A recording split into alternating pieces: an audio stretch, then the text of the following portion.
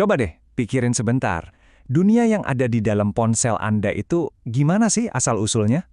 Hari ini kita bakal bongkar sejarahnya yang, jujur aja, cukup mengejutkan. Dan Anda bakal lihat semua ini tuh bukan takdir, tapi hasil dari serangkaian pilihan yang dibuat selama ratusan tahun. Oke, kita mulai dari sini. Bisa kita ngomongin Facebook sekarang? Pertanyaan ini dari seorang mahasiswa. Kayaknya simpel ya, tapi percaya deh. Buat benar-benar ngejawabnya, buat ngerti Facebook sampai ke akarnya, kita harus mundur jauh banget. Jauh lebih jauh dari yang mungkin Anda kira. Nah, perjalanan kita ini mulainya di abad ke-19. Dan lupakan dulu soal komputer ya.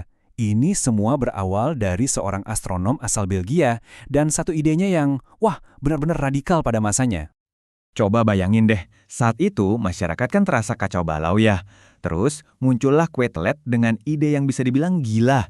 Gimana kalau kita cari keteraturan pakai data? Dia jadi terobsesi banget nih buat nemuin manusia rata-rata. Sosok ideal yang ada pas di tengah-tengah kurva lonceng.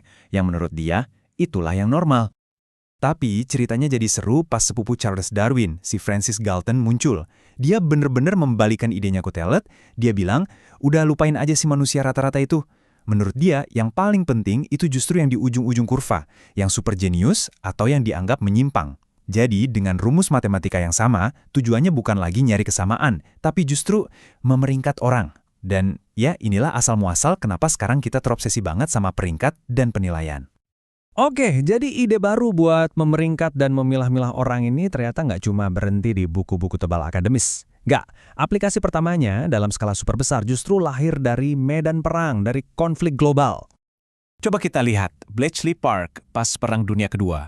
Di sana, pemecahan kode itu bukan lagi kerjaan 1-2 orang jenius kayak Alan Turing. Bukan, itu udah jadi kayak pabrik. Mereka bikin mesin-mesin raksasa, bikin sistem, semuanya buat ngolah data komunikasi musuh yang jumlahnya gila-gilaan. Gak kebayang banyaknya. Dan kalau kita ngomongin skala, ini angkanya.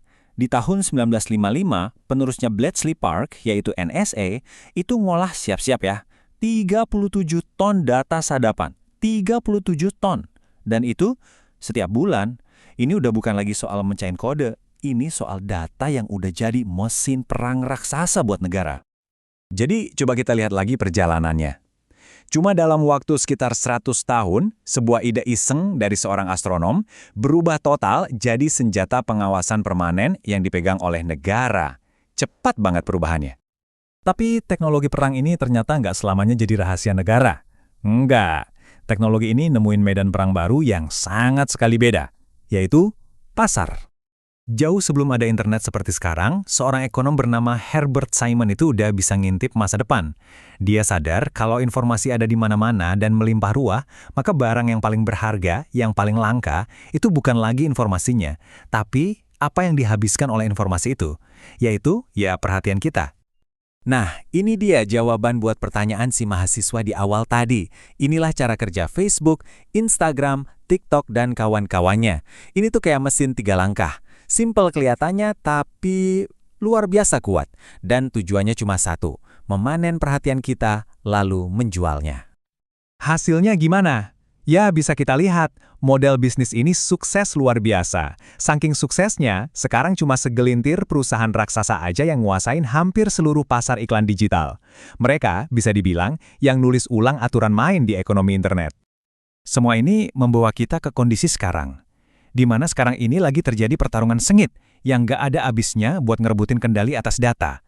Dan ada 3 pemain utama dalam pertarungan ini. Dan inilah medan perangnya sekarang. Coba bayangin ring tinju. Di satu sudut ada raksasa-raksasa korporasi dengan modal yang kayaknya gak ada habisnya. Di sudut lain ada negara yang coba ngatur mereka pakai regulasi dan hukum. Tapi jangan lupa, ada kekuatan ketiga yang sering diremehin, yaitu kita semua, kekuatan rakyat.